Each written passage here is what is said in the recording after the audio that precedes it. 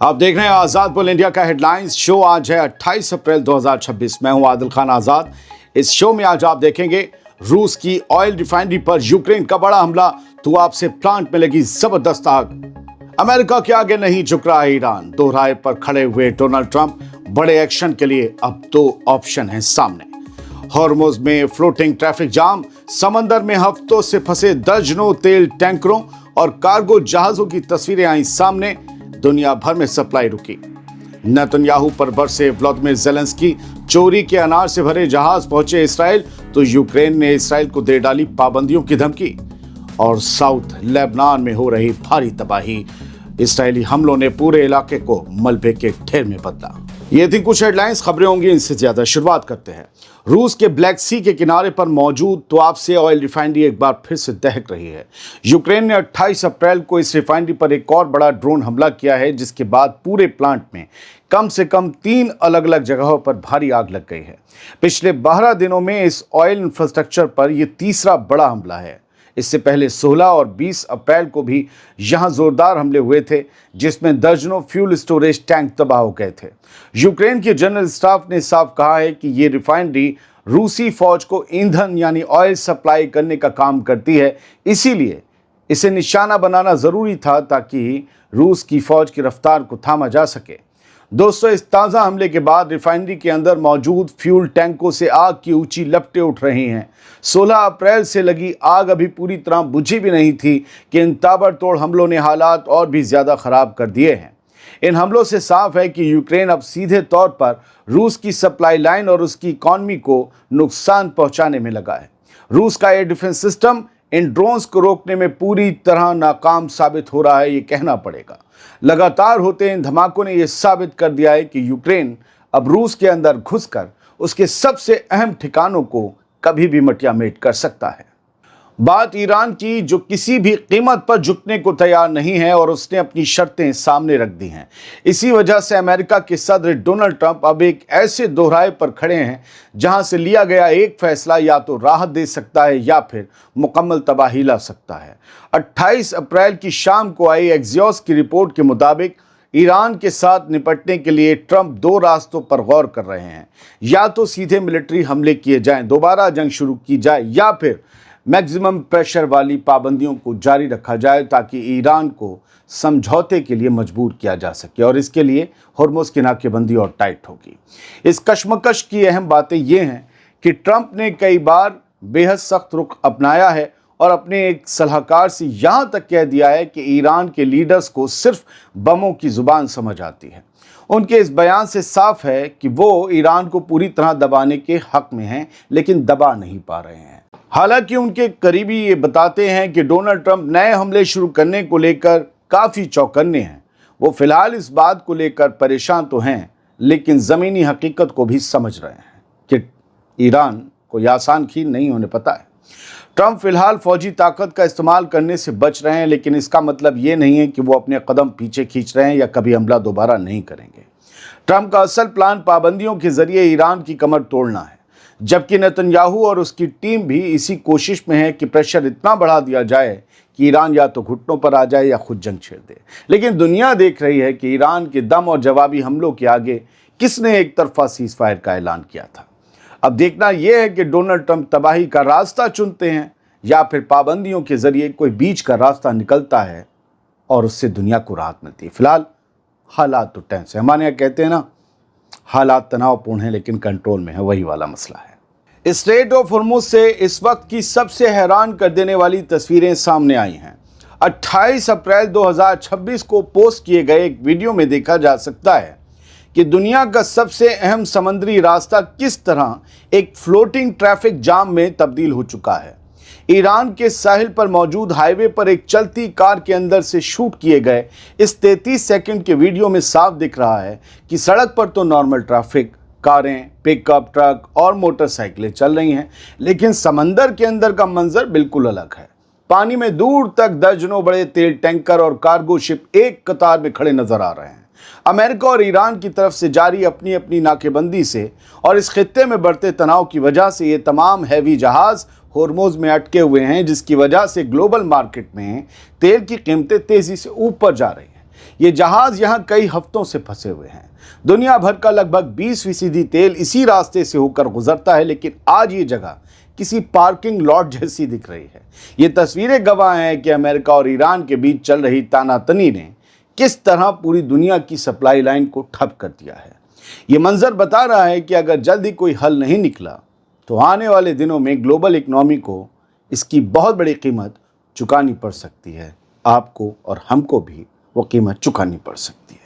अब एक काम की बात, अगर आप अपने फ्यूचर को फाइनेंशियली सिक्योर करना चाहते हैं तो आपका स्टॉक मार्केट में इन्वेस्टेड रहना बहुत जरूरी है। इसीलिए मैं आपको इंट्रोड्यूस करवाना चाहता हूं एक सिंपल और पावरफुल ट्रेडिंग ऐप से, जिसका नाम है मार्केट वोल्फ। ये सेबी रजिस्टर्ड ऐप है। आप यहां ट्रेडिंग की शुरुआत कर सकते हैं सिर्फ 99 रुपए की लाइफ टाइम फीस से। चलो मैं आपको दिखाता हूं क्यों ये ऐप इन्वेस्टिंग के लिए परफेक्ट है। देखिए, मैंने यहां लॉग इन कर लिया और बस क्लिक किया फॉलो ट्रेंड पर, ट्रेड को प्लेस किया और बस ट्रेड चालू हो गया मेरा।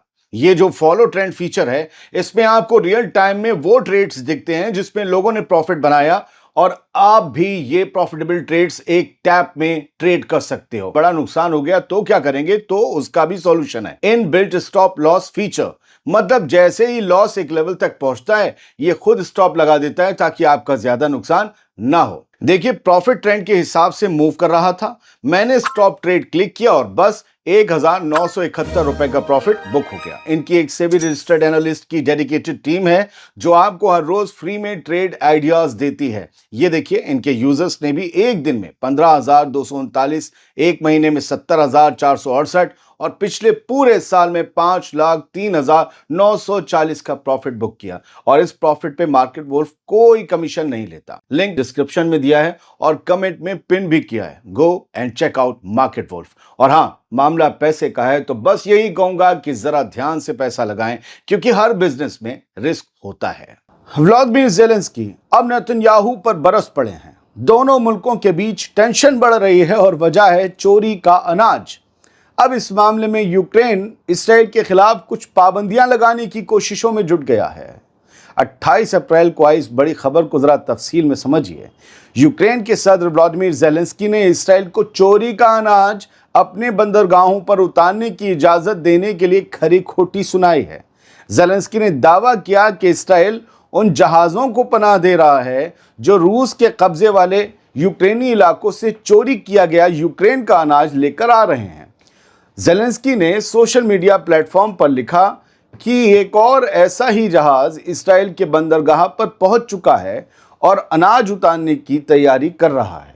उन्होंने साफ लफ्जों में कहा कि ये कोई जायज़ बिजनेस नहीं है, लीगल बिजनेस नहीं है, और इसराइली हुक्काम को इस बात का पूरा पता है कि उनके यहाँ कौन से जहाज आ रहे हैं और उनमें क्या लदा है। यानी ज़ेलेंस्की कह रहे हैं कि नाजायज़ सेटलर्स की तरह ही इसराइली हुकूमत भी नाजायज़ और चोरी वाले काम कर रही है। दोस्तों, यूक्रेन और इसराइल के बीच ये डिप्लोमेटिक तकरार तब और बढ़ गई जब यूक्रेन के फॉरेन मिनिस्टर ने इसराइली एम्बेसडर को तलब कर लिया कीव में 28 अप्रैल को। यूक्रेन का इल्ज़ाम है कि इसराइल उन रूसी जहाज़ों को रोकने में कोई दिलचस्पी नहीं दिखा रहा है जो चोरी का माल ढो रहे हैं। एक रिपोर्ट के मुताबिक पेनोरमिटिस नाम का जहाज़ इस वक्त कब्जे वाले हाइफा बंदरगाह पर रुकने की परमिशन का इंतजार कर रहा है इसराइल में, जबकि इस साल अब तक ऐसे 4 जहाज इसराइल में माल उतार चुके हैं और यूक्रेन के मुताबिक इसराइल चोरी का माल खरीद रहा है। लेकिन आपने गौर किया कि इसराइल को यह अनाज और रोटी बेच कौन रहा है या भेज कौन रहा है? ईरान का दोस्त रूस। यही तो जियोपॉलिटिक्स है। इसराइल ने यूक्रेन के इन दावों को सिरे से खारिज कर दिया है। इसराइली फॉरेन मिनिस्टर ने कहा कि यूक्रेन ने अनाज चोरी होने का कोई सबूत नहीं दिया है और वो सिर्फ मीडिया के जरिए दबाव बनाने की सियासत कर रहा है। यानी इसराइल यूक्रेनी प्रेसिडेंट को ही झूठा करार दे रहा है। कमाल है ना। दूसरी तरफ ज़ेलेंस्की का कहना है कि रूस सिस्टमैटिक तरीके से यूक्रेन का अनाज जब्त कर रहा है और उसे अपने करीबियों के जरिए एक्सपोर्ट कर रहा है। यूक्रेन अब उन लोगों और कंपनियों के खिलाफ एक बड़ा सैंक्शन पैकेज, एक बड़ी पाबंदियों वाला पैकेज तैयार कर रहा है जो इस काम में मुलव्विस हैं। ज़ेलेंस्की ने वार्निंग दी है कि यूक्रेन अपने यूरोपीय पार्टनर्स के साथ मिलकर इन पाबंदियों को और सख्त करेगा। ये धमकी इसराइल को है। फिलहाल नेतन्याहू के निज़ाम के लिए ये नई मुसीबत बन सकती है, क्योंकि अब यूक्रेन इस मामले को इंटरनेशनल लेवल पर ले जाने की तैयारी कर चुका है और इसराइल को सीधे सैंक्शंस लगाने की धमकी दे रहा है। बात गजा की। गजा के आसाद इलाके में बेघर हुए मासूम बच्चों और औरतों और बुजुर्गों की बेबसी की ये तस्वीरें दिल को हिला देती हैं। अपनी रोज़ाना की ज़रूरतों को पूरा करने के लिए इन लोगों को जिस तरह की जद्दोजहद करनी पड़ रही है, वो इनके गहरे दुख और तकलीफ़ को बयां कर रही है।